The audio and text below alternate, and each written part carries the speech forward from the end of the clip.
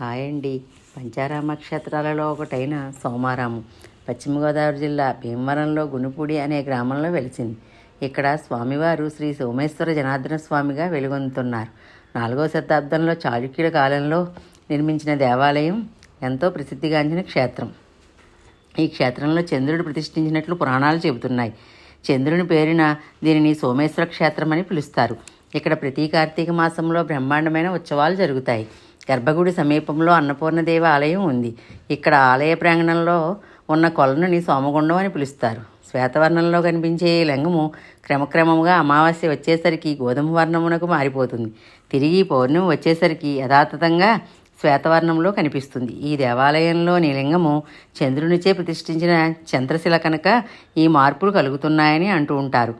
ఆలయమందు ముందు భాగమున కోనేరు కలదు. ఈ కోనేరు గట్టున రాతి స్తంభంపై ఒక నందీశ్వరుని విగ్రహం కలదు. ఈ నందీశ్వరుని విగ్రహం నుండి చూస్తే శివాలయంలోని లింగాకారం కనిపిస్తుంది.